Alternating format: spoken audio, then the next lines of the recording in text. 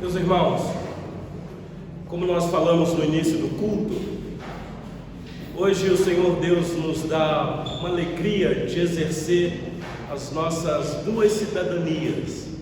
Claro, todo dia Ele faz isso conosco, mas hoje em especial.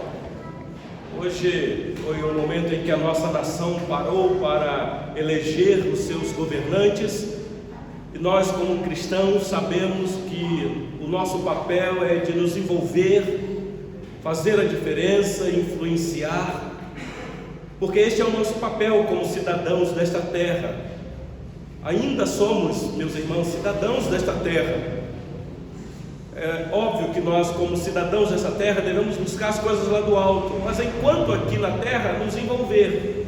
Nós louvamos a Deus pela oportunidade que Ele nos concedeu. Muitos de vocês que estão aqui participaram desta festa democrática, lá votando numa autoridade para ser constituída na nossa nação.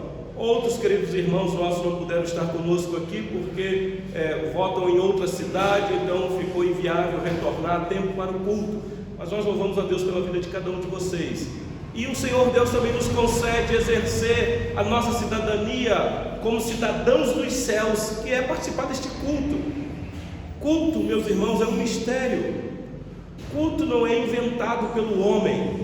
Culto não pode ser um programa da nossa igreja, simplesmente para a gente cumprir uma agenda. Culto é algo que é ordenado por Deus, é Deus que conclama o seu povo para cultuá-lo.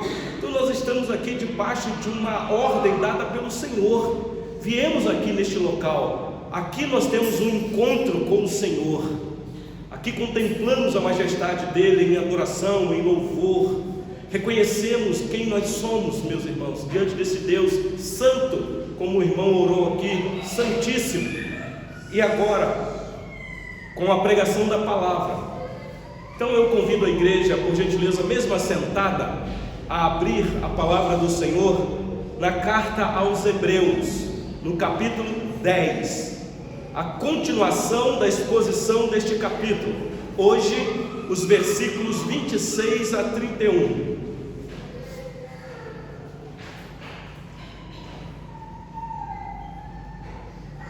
Eu já quero dizer para os irmãos que o tom da mensagem de hoje se dará para a igreja como um consolo da parte do Senhor, como um conforto, mas também como uma exortação, um alerta, um anúncio muito urgente. O que nós vamos ver aqui hoje é a palavra do Senhor dizendo para nós: não durmam, não cochilem, vigiem o tempo todo, porque existe um perigo iminente que ronda a vida da igreja, e nós devemos estarmos vigilantes. Então acompanhe a leitura, por gentileza. Diz assim a palavra do Senhor: porque se vivermos deliberadamente em pecado, depois de termos recebido o pleno conhecimento da verdade, já não resta sacrifício pelos pecados. Pelo contrário, certa expectação horrível de juízo e fogo vingador prestes a consumir os adversários. Sem misericórdia morre pelo depoimento de 2 ou 3 testemunhas quem tiver rejeitado a lei de Moisés.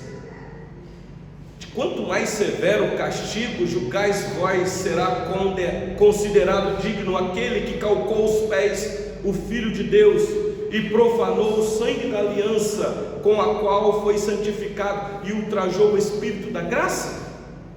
Ora, nós conhecemos aquele que disse: a mim pertence a vingança, eu retribuirei. E outra vez, o Senhor julgará o seu povo. Horrível coisa é cair nas mãos do Deus vivo. Até aqui a leitura da palavra do Senhor. Vamos orar mais uma vez, meus irmãos.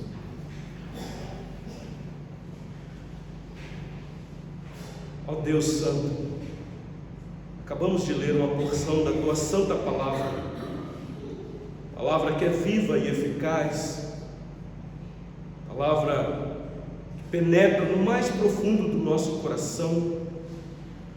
Ela é apta para fazer o que tem que fazer, ó Deus.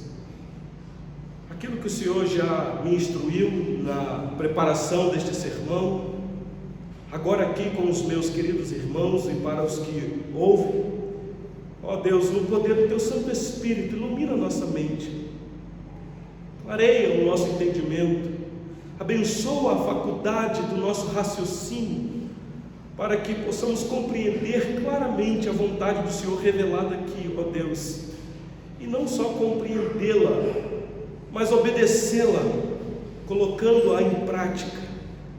Ó Deus, tenha compaixão de nós aqui neste local.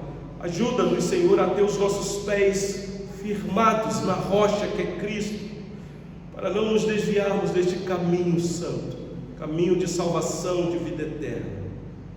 Eu rogo por mim e pelos meus queridos irmãos que aqui estão, rogando assim, ó Deus, no nome bendito do Senhor Jesus. Amém.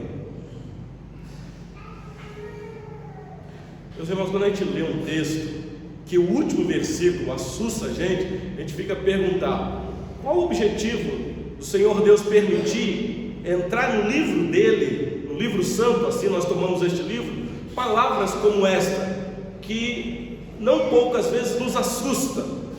Você viu aí que o versículo 31 diz assim: horrível coisa é cair nas mãos do Deus vivo. A gente lê isso daqui e fica a pensar: por que é horrível cair nas mãos dele? Não seria uma bênção as mãos santas, protetoras, as mãos que socorrem?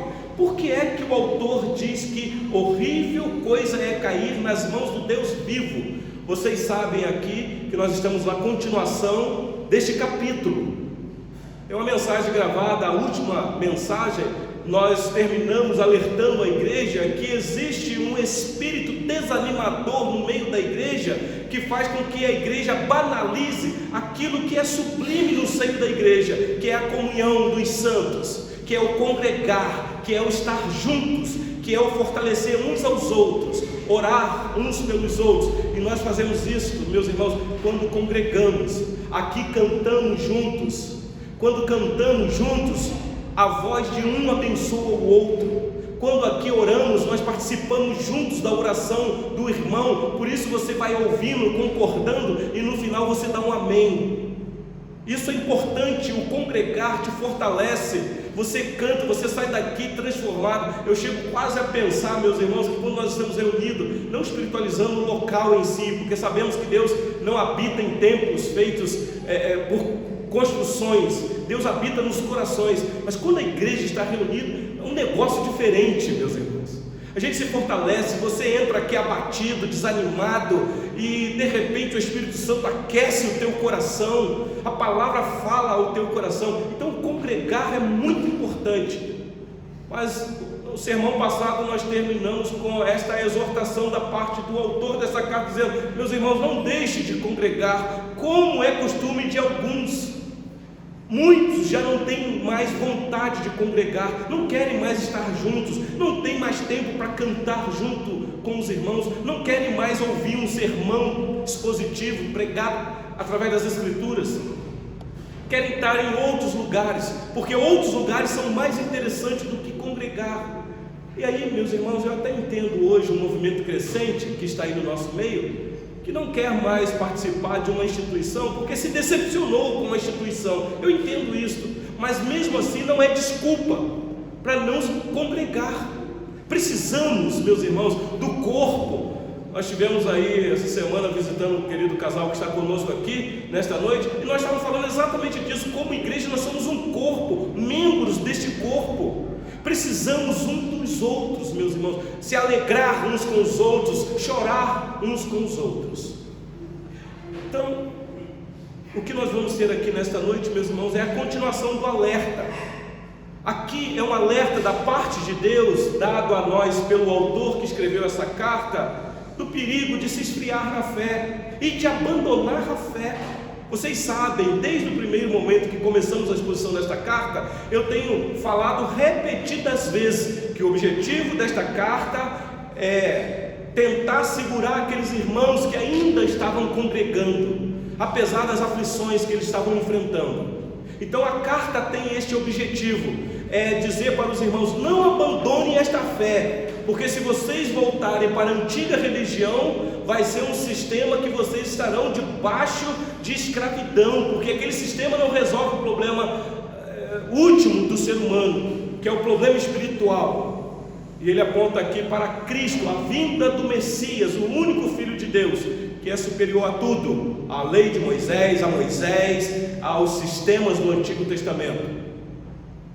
Então, é um risco muito grande, meus irmãos, para nós até hoje, o abandonar aquela fé que nós professamos ou que nós confessamos publicamente. Por que é que eu digo isso? Porque as próprias Escrituras nos informa ou nos traz muitos exemplos de pessoas que naufragaram na fé, que outrora entrou para a igreja, se sentiu confortável, achou interessante a fé, mas que num dado momento não aguentou mais e foi embora. Eu poderia citar aqui para vocês Judas, que foi um apóstolo, um homem que andou 3 anos ao lado do Senhor Jesus e foi usado pelo Espírito Santo, mas que de fato ele não era de Deus e no final abandonou a sua fé, ou numa palavra técnica, ele apostatou da sua fé, negando, traindo o seu mestre. Hoje pela manhã nós falamos aqui com a igreja, instruindo a igreja sobre eleição, falando da influência do cristianismo na política que devemos ter. Nós citamos aqui o apóstolo Paulo, quando ele relata que no ministério dele ele se decepcionou com 2 pessoas que aparentemente eram crentes, estavam no meio da igreja trabalhando, mas que num dado momento eles decepcionaram o apóstolo Paulo, a ponto do apóstolo Paulo escrever uma carta para Timóteo e dizer: Timóteo, cuidado com esses 2, porque eu já os entreguei para Satanás. Eles nos causaram muitos males, Himeneu e Alexandre. E Paulo diz: o Senhor lhe dará paga. É muito forte, está lá na primeira carta de Timóteo, capítulo 2. Eu poderia citar ainda a segunda carta de Paulo, no capítulo 4, o último capítulo da carta que Paulo escreve a Timóteo. No capítulo 4, versículo 14, Paulo vai falar de um homem chamado Alexandre o Latoeiro. Eu não sei se é o mesmo da primeira carta, talvez seja. E esse também causou muitos danos à vida e o ministério de Paulo. Temos Demas, que amou o presente século, se encantou com as coisas desse mundo. O apóstolo João, meus irmãos, escrevendo a carta, alerta os irmãos do primeiro século que muitos que estavam no nosso meio, encantados com a fé evangélica, num dado momento foi embora. E o apóstolo João entendeu que aqueles que foram embora, meus irmãos, de fato não eram dos nossos, porque se fosse dos nossos, teriam ficado. Então o perigo de se decepcionar com a fé e a virar as costas é grande demais, meus irmãos. Existem vários motivos para isso. Pessoas que ficam iludidas, como eu já disse aqui, pessoas que não se fortalecem na fé, são meninos na fé ainda, não se alimentam de um alimento mais sólido, só ficam no leitinho, no beabá, não crescem espiritualmente, num dado momento ela não aguenta e vai embora. Outros chegam na igreja, não é nada, assim entre aspas, financeiramente, e aí começa a se qualificar, a crescer financeiramente, daqui a pouco tem uma vida financeiramente abundante, e de repente isso encanta o coração da pessoa e ela vai embora, e ela não quer mais saber da simples fé em Cristo Jesus, ela quer curtir a vida dela. Outros tiveram problemas morais e caíram, meus irmãos, e geralmente esse cair ou é na área da quebra do 6º mandamento ou do 7º mandamento. Depois vocês leiam lá qual é o 6º e o 7º mandamento. Então, meus irmãos, o nosso autor hoje, que nós não sabemos quem é, repito, Ele escreve dessa maneira para tentar segurar os cristãos, e eu vou tirar essa lição para nós aqui hoje, porque eu não sei quantos de vocês aqui, até quando vocês ficarão firmados no caminho do Senhor. Eu não sei, meus irmãos. Eu oro para que o Senhor Deus firme os passos de vocês quando nós cantamos aqui, firme na fé, mas eu não sei o que pode acontecer amanhã. Aliás, até o meu próprio coração, eu rogo ao Senhor, me ajude, Senhor, a perseverar até o fim. Então, nesta noite eu vou tentar ver com vocês o texto que nós separamos aqui, para tirar algumas lições bem práticas, e eu quero chamar a sua atenção para isso. Talvez não vai ser uma mensagem açucarada que você goste de ouvir e no final dá um amém, mas é uma mensagem necessária para o meu e o teu coração. Algumas lições eu irei tirar aqui, meus irmãos. A primeira dela é: cuidado, porque existe um perigo seríssimo de abandonar nossa fé. Então não subestime esse perigo, não brinque com fogo, por favor, meus irmãos. Nós também iremos falar que nesse perigo existe um terrível destino que aguarda aqueles que não perseveram até o fim. Não é simplesmente você abandonar a fé e ficar numa boa. Se fosse assim, meus irmãos, então era melhor curtir o mundo mesmo. Mas aqueles que abandonam a fé e nunca mais voltam, meus irmãos, existe um castigo terrível aguardando ele, eternidade afora. Porque o pecado é algo muito sério, meus irmãos. E aqui nós vamos ver que o autor faz uma comparação do Antigo Testamento e agora com o Novo. E por último, eu vou trazer uma aplicação para nós, mostrando que este Deus que nós servimos, que nós tanto amamos, que muitas vezes nós romantizamos ele, é um Deus vingador. A mim pertence a vingança. É uma citação que o autor faz aqui do Antigo Testamento. A gente lê isso daqui, meus irmãos, fica assustado. Deus, o Senhor é vingador? Sim. Por isso é que ele diz: você não precisa vingar, deixa comigo que eu vingarei. Ele pode, meus irmãos, ele é justo, ele pode fazer. Por isso é que no final, versículo 31 diz: cuidado, porque horrível coisa é cair nas mãos dele, porque ele é um Deus vivo. Então vamos para a nossa primeira lição aqui, meus irmãos.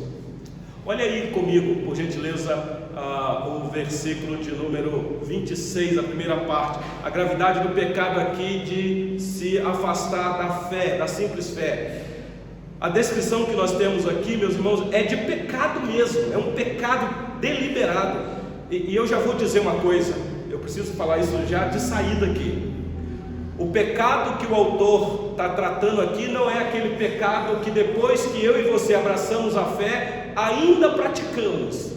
Porque senão, meus irmãos, não faria sentido, a gente nem está aqui. Porque eu poderia dizer: quem aqui não peca? Ninguém vai levantar a mão. Mas se eu perguntar aqui, quem é pecador aqui? Todos irão levantar a mão, a começar por mim. Então, o que o autor está dizendo não é aquele pecado que ainda está em nós e que de vez em quando entristece o nosso coração e o próprio Espírito Santo, mas que há no nosso coração convencimento do próprio Espírito, nos convencendo do pecado, e aí há arrependimento, e aí você confessa que errou e larga aquilo para lá. Não é disso que o autor está dizendo aqui. O que ele diz aqui é de algo muito mais sério, meus irmãos, que aí eu quero chamar a sua atenção. O pecado aqui é o pecado voluntário, deliberado, um pecado planejado, é um pecado que você sabe que está fazendo, é proposital. É aqui que está o perigo. É alguém que depois de ter conhecido a verdade, foi escancarado a verdade sobre você, e mesmo assim você dá as costas para esta verdade. Você diz: eu não quero. Isso para mim não vale de nada. Então, repito, o que nós temos aqui não se refere aos crentes que caem em pecado, porque pode ser que tenha alguém aqui nessa noite que vai falar assim: então nem preciso voltar mais na igreja, porque eu estou lutando com o pecado, oro, peço perdão, mas caio de novo, é uma luta na minha vida, eu estou lutando, pastor. Não é que vive na prática do pecado, mas você que é crente de verdade sabe disso. Há pecado que não larga a gente não, meus irmãos. Você com lágrimas se arrepende e diz para Deus: Senhor, nunca mais eu vou praticar isso. E você falou até com sinceridade, mas daqui a pouco vai lá você de novo, está praticando a mesma coisa. A nossa vida é assim, meus irmãos.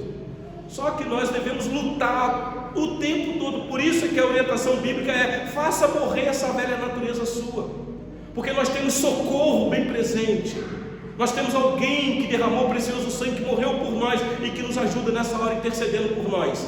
O Espírito Santo, com gemidos inexprimíveis, e o próprio Senhor Jesus à direita da majestade. Então o crente não desiste. Aqui é alguém que virou as costas e foi embora. Talvez você já pode estar pensando assim: pastor, eu conheço alguns. Por isso que o que é tão terrível nesse pecado, meus irmãos, a ponto do autor dizer que isso é horrível quando uma pessoa dessa cai nas mãos do Senhor, e que isso é algo lamentável. Hoje pela manhã nós analisamos um texto aqui, é um texto que nos conclama a orar por salvação de homens, meus irmãos. Na verdade não é orar apenas, é suplicar pela salvação de homens e mulheres também, para que Deus salve, porque nós sabemos, meus irmãos, o que aguarda a pessoa. Talvez nesta noite Deus te trouxe aqui para te incentivar ou te estimular a orar, talvez por alguém que você sabe que está longe do caminho do Senhor, especialmente por alguém que já esteve no caminho do Senhor e se afastou. Nós podemos orar, meus irmãos, não há problema nenhum. Salvação não está nas nossas mãos, mas está nas mãos do nosso Deus. Ele é Deus Salvador. Então eu posso suplicar, eu posso dizer: Senhor, resgata fulano de tal, porque eu sei que o aguarda se ele não voltar. Então isso é uma coisa contínua que a pessoa faz, não isolada. Você viu aí o versículo 26? Porque se vivermos deliberadamente em pecado, deliberadamente aqui é um estado contínuo, é a prática, todo dia, e o dia todo naquilo. O autor diz que depois de termos recebido o pleno conhecimento da verdade, já não resta, diz ele aí, sacrifício pelos pecados.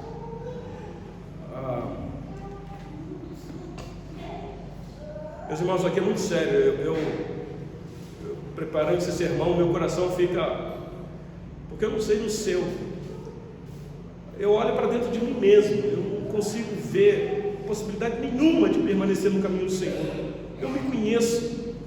Às vezes eu fico pensando: Senhor, que amor é esse que o Senhor teve por mim, Senhor? Mas não só olhando por mim, meus irmãos, eu olho então aos que estão ao meu redor, especialmente meus familiares. Existem ainda familiares meus que estão nas trevas, e eu olho um pouquinho mais, eu tenho amigos, eu tenho conhecidos. Então isso aqui mexe demais. Nós que temos luz na mente, meus irmãos, dessa realidade, desta profunda realidade. Então isso aqui é muito sério. Aquela pessoa que teve não só um conhecimento rasinho, talvez aqui classes de pessoas que foram líderes na igreja, que ensinou, que influenciou a muitos, como Judas, depois se perdeu. Fizeram isso de maneira deliberada. Judas não fez o que ele fez de maneira inconsciente, ele sabia o que estava fazendo. Mas olha aí comigo o terrível destino que aguarda estes, meus irmãos. O que vai acontecer com estes está aí no finalzinho do versículo 6, como eu li para vocês, entrando no versículo 7. Duas coisas, está aí: já não resta sacrifício pelos pecados. Sacrifícios aqui, meus irmãos, que possa pagar o pecado daquela pessoa, porque o sacrifício que Cristo fez foi uma vez só.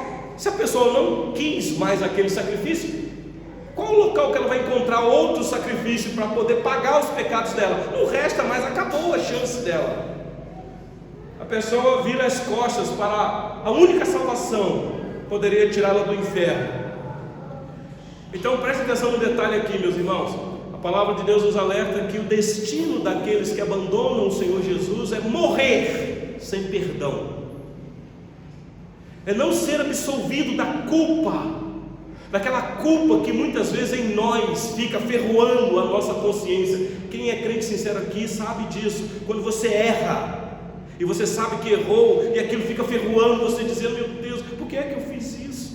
Logo eu que sou um servo do Senhor, logo eu que tenho uma liderança, logo eu que influencio as pessoas, logo eu que dei conselhos, por que, Senhor? Agora pensa uma pessoa viver com isso na consciência, eternidade afora, sem absolvição, sem alívio nenhum. Então ela joga fora a única salvação que pode trazer para ela. Versículo 27, olha aí na sua Bíblia, diz assim: pelo contrário, certa expectação horrível de juízo e fogo vingador prestes a consumir os adversários. Eu volto a dizer, essa palavra é para consolar os irmãos. Ele não está falando disso daqui, daqueles irmãos a quem ele escreve a carta. Ele está citando aqueles que já abandonaram, deram as costas para o Senhor Jesus, apostataram. Ele está consolando os irmãos, dizendo: não façam o que eles fizeram, ainda dá tempo de você perseverar até o fim, firma os teus passos, porque se vocês abandonarem, o que resta para vocês, diz aí no versículo, é certa expectação horrível de juízo, e não só isso, e fogo vingador prestes a consumir os adversários. Meu Deus do céu, coisa terrível isso daqui, meus irmãos. O que o autor está fazendo aqui é trazendo para nós uma comparação da seriedade do pecado. Meus irmãos, Deus é santo, e Ele trata com seriedade o pecado, com seriedade. Ele nunca passou a mão na cabeça do povo dele por causa de pecado. Deus não é conivente com o pecado. Se você olhar o Antigo Testamento, e é isso que o autor aqui está dizendo, ele está dizendo assim para esses irmãos: vocês que conhecem a lei de Moisés, dá uma olhadinha no que Moisés escreveu sobre a ação retributiva de Deus. Marca Hebreus, por gentileza, aí, e abre por gentileza em Deuteronômio capítulo 17. Não desmarca Hebreus, por gentileza. Deixa eu mostrar esse texto para vocês.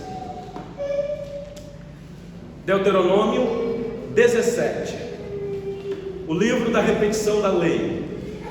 Se você tiver uma caneta, você marca esse texto aí na sua Bíblia. Talvez há alguma outra tradução aqui que o sentido vai ser o mesmo. Acompanhe o texto, versículos 2 a 6, Deuteronômio 17, versículos 2 a 6, diz assim: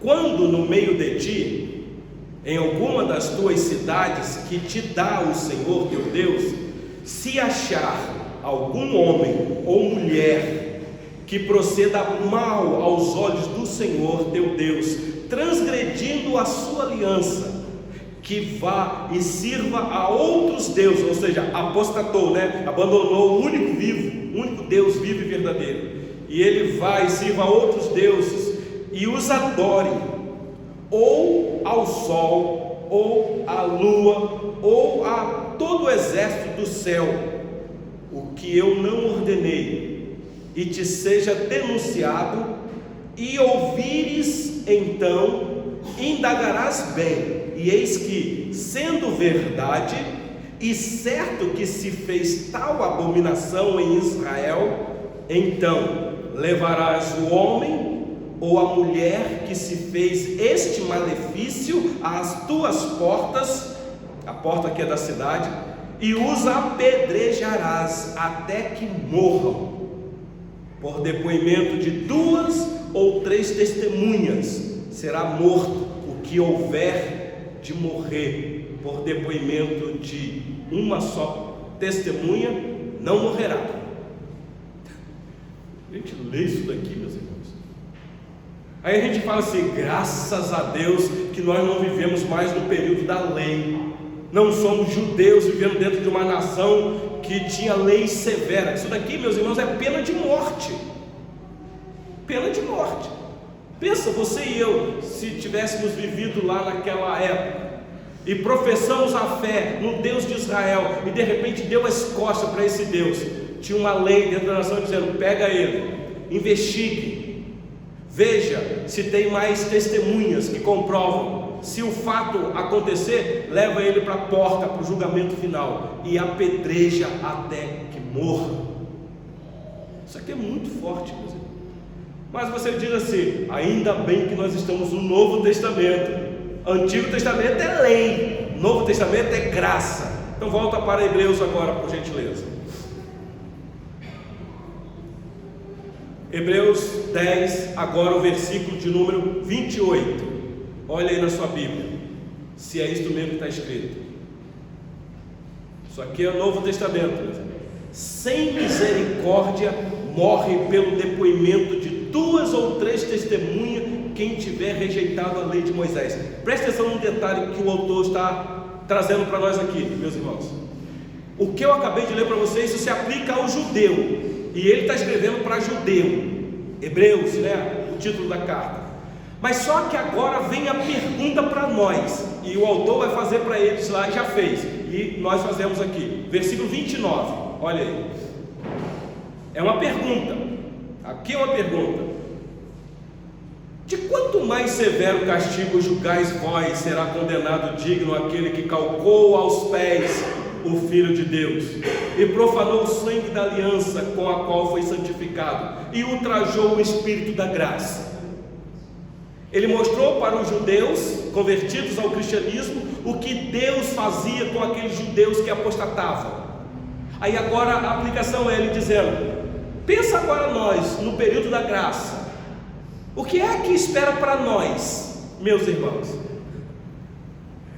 É como se ele dissesse assim: se no Antigo Testamento, que era o período anterior, que era figuras, símbolos, eu tenho repetidas vezes dizendo isso aqui, tipos, sombra do que haveria de vir. No Antigo Testamento, Cristo não estava tão claro como está hoje para nós, tão exposto. Meus irmãos, se naquela época quem abandonasse aquela revelação era apedrejado e morto sem misericórdia, é o que eu li para vocês, o que dirá então daqueles que agora, segundo o autor dizendo, e eu dizendo agora para nós aqui, conhecendo o Messias claramente, recebendo um conhecimento total de quem ele é, a missão que ele veio, já morreu, já ressuscitou, subiu aos céus, está prestes a voltar. É isso que o autor diz, meus irmãos, que é apostasia, é você receber tamanho conhecimento disso tudo e depois dizer: ah não, isso não mexe comigo não.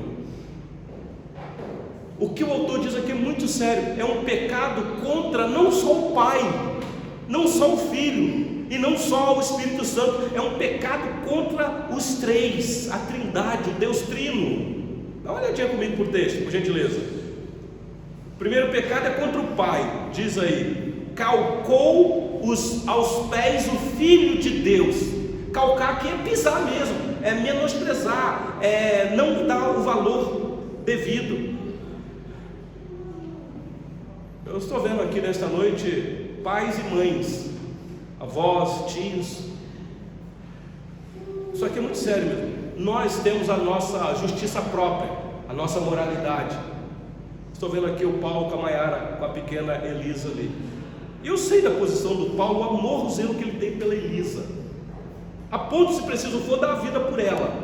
Agora pensa se o Paulo, no meio da rua, vê um homem bruto, ignorante, deliberadamente fazendo uma maldade com a filha dele, calcando a única filha que eles têm. Qual o sentimento que vai produzir no coração dele? Pare e pensa, você que é pai e avô aqui, o que é que você faria? Agora, meus irmãos, imagina o único Filho de Deus, este Filho que o próprio Deus não poupou o sacrifício, sofrimentos, que Deus agradou moê-lo por amor à sua igreja. Só que agora Ele está contemplando pessoas que pisam isso tudo que Ele realizou. Pisar ou calcar aqui, meus irmãos, é no sentido de tratar com desprezo, com desleixo, desdém. Como Como eu disse, Paulo, o que você faria se alguém fizesse isso com a sua filha? A gente fica triste quando a gente vai a algum lugar e as pessoas menosprezam os nossos filhos, não dando atenção, zombando até. A gente não fica triste com isso? Então pensa Deus, pessoas fazendo isso com o filho dele, depois de tudo que ele fez, o sacrifício terrível que ele suportou na cruz do Calvário, mas ainda tem, olha aí, peca contra o próprio filho, porque diz aí que profanou o sangue da aliança com a qual foi santificado. Meus irmãos, é não dar valor, é você não valorizar aquilo que Cristo fez na cruz. E talvez o que está por detrás aqui é o sacramento que nós realizamos aqui domingo, alternando domingo, os quartos domingo pela manhã e o segundo domingo à noite. Pessoas que acham que isso é dia de ceia, mas eu nem vou lá, não estou nem aí, perde, não sabe o valor que foi isso. Não estou dizendo para aqueles que não podem vir, eu estou dizendo para aqueles que deliberadamente dão as costas, não querem, não se importam. Isso aqui é muito sério, meus irmãos. É muito oportuno falar com vocês dessa maneira do que dizer, não, meus irmãos, Deus passa a mão na cabeça e no final vai dar tudo certo. Não vai dar tudo certo não, meus irmãos. O que aguarda é algo terrível. Muita gente vão descobrir no segundo seguinte que fechar os olhos para esta vida, de que o que a Bíblia diz ou dizia era verdade, só que é tarde. Vocês lembram da parábola? O rico lembrou da lei de Moisés, era verdade, eu não dei crédito. Deixa eu sair daqui para ir lá avisar os meus irmãos para que eles não venham para cá. Vocês lembram qual foi a resposta do Senhor Jesus? Eles ainda estão lá ouvindo, que eles têm ouvido, porque se não der ouvido e dar as costas, é o que aguarda eles também. Meus irmãos, é muito sério isso daqui. Então peca contra o pai, porque calcou o filho, peca contra o filho, porque profanou o sangue da aliança, e peca contra o Espírito Santo. Dá uma olhadinha aí no versículo, no finalzinho do versículo 29. E ultrajou o Espírito da graça. Meus irmãos, o Espírito da graça aqui é o Espírito de Deus que traz a graça, até mesmo diante da pregação, quando o pregador está expondo as Escrituras e você se maravilhando, sendo abençoado pela pregação, a graça sendo abundante na tua vida. É o Espírito Santo que faz isso. É Ele que age no teu ouvido e no teu coração. Mas há pessoas que, diz o texto aqui, que ultraja isso, não quer mais isso, quer ouvir outras coisas. Eu não sei, meus irmãos, quantos de vocês aqui nesta noite, no dia de culto aqui nesta igreja, você que é membro comungante dessa igreja, dia de culto, quando os irmãos estão aqui adorando o Senhor e o pregador expor as Escrituras e você em outro lugar ouvindo sei lá o que. Volto a dizer, meu irmão, não estou dizendo que você tem que ser piolho de igreja. O que eu estou dizendo é que existe um perigo muito grande que nos afasta desse caminho, e que é uma questão de tempo, meus irmãos. É uma questão de tempo. Não pense que isso não possa acontecer com você. Aconteceu com Judas. Então fica firme. Todo dia pede, Senhor, se com tua mão segura bem a minha. Mas nós temos aí, meus irmãos, ainda uma descrição do caráter vingador de Deus. Olha comigo o versículo 30. Tem pessoas que pensam que nós só deveríamos pregar que Deus é amor, que há muitas mensagens que atraem público, multidões, mensagens coach. Conhece essa mensagem? Que quer massagear o seu ego, dizer que você é o centro da vontade de Deus. Bom, me parece que o autor aos Hebreus não conhece isso não. Olha comigo aí o versículo 30. Ora, nós conhecemos aquele que diz. Por que é que ele diz nós? Porque aqui é um judeuzão que conhece a lei de Moisés, e ele escreve para quem conhece a lei de Moisés. Então ele está dizendo, nós conhecemos aquele que disse, a mim pertence a vingança, eu retribuirei, e outra vez, o Senhor julgará o seu povo. Meus irmãos, o juízo de Deus começa pela casa dele, a limpeza. Muitos naquele dia vão dizer: mas Senhor, eu estava lá, eu cantava, eu pregava, eu até expulsei demônios, eu contribuía. Qual vai ser a resposta do Senhor Jesus? Então ele cita aqui de novo Deuteronômio capítulo 32, não precisa abrir lá. E eu concluo aqui, meus irmãos. E a minha conclusão é com o texto que eu citei no início aqui para vocês, com o versículo 31. Eu não sei se é só na minha Bíblia que está escrito assim ou se está na sua. Então olha aí o versículo 31. Horrível coisa é cair nas mãos do Deus vivo. Meus irmãos, Deus aqui é chamado de vivo para lembrar que esse Deus está atento a toda e qualquer situação. É um Deus que para a igreja é consolo, porque você pode se submeter a Ele, porque Ele pode lhe socorrer, porque Ele não é um Deus morto, Ele é um Deus, Ele não é um Deus inventado pela mente humana, e nem criado pela mão humana, que tem olhos e não vê, tem boca mas não fala, tem mãos mas não apalpam. Não, esse Deus é Espírito, e Ele é um Deus vivo. Para nós é consolo, meus irmãos. É consolo porque nós sofremos demais, recebemos notícias tristes demais, e nós podemos recorrer a esse Deus que é vivo. Por isso orar, e orar com fé, apresentar os nossos diante do Senhor, seja quem for, porque Ele é vivo, Ele nos ouve, meus irmãos, e Ele é por nós. Acabamos de cantar aqui, esse Deus que nos segura, ninguém nos separa dEle, nada, absolutamente nada. Então para nós é uma bênção ouvir isso daqui, mas aqui é para quem dá as costas, é um alerta dizendo: olha, esse Deus não é um Deus que está morto, não é um Deus que está na lembrança, não é um Deus que dorme, não é um Deus que está apático, Ele é um Deus vivo. E também, meus irmãos, vivo no sentido de que Ele vive para sempre, sempre existiu. A palavra existir é até difícil no nosso vocabulário de expressar. Não é que Deus existe, Deus é.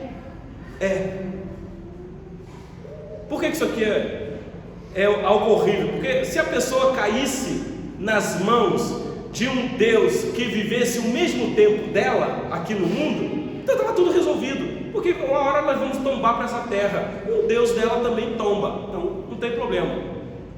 Mas, meus irmãos, cair nas mãos de um Deus que vive para todos sempre, isso significa que Ele pode lhe fazer feliz para todos sempre, eternidade a eternidade, mas também Ele pode lhe fazer sofrer terrivelmente, eternidade a eternidade. Por isso é horrível, porque Ele é um Deus vivo. Quais são as aplicações, meus irmãos, para nós aqui? Porque eu não quero assustar você, porque eu também fico assustado. Nós somos, volto a dizer, muito romântico com a nossa fé. Nós achamos que Deus está ao nosso favor. Ele é aquele grande empresário que vai nos socorrer para resolver os nossos problemas. Meus irmãos, Ele é Deus, mas Ele também é Pai, como cantamos aqui: Pai nosso que estás nos céus. É Pai, eu posso recorrer a Ele sim, meus irmãos, mas lembrando que Ele é um Deus justo. Então eu queria tirar algumas lições para nós aqui. Eu sempre faço perguntas. Talvez você que está assustado me olhando aqui, ouvindo atentamente, pode estar perguntando: meu Deus, para quem essa palavra é dirigida hoje aqui? A quem se aplica, meus irmãos, esta palavra?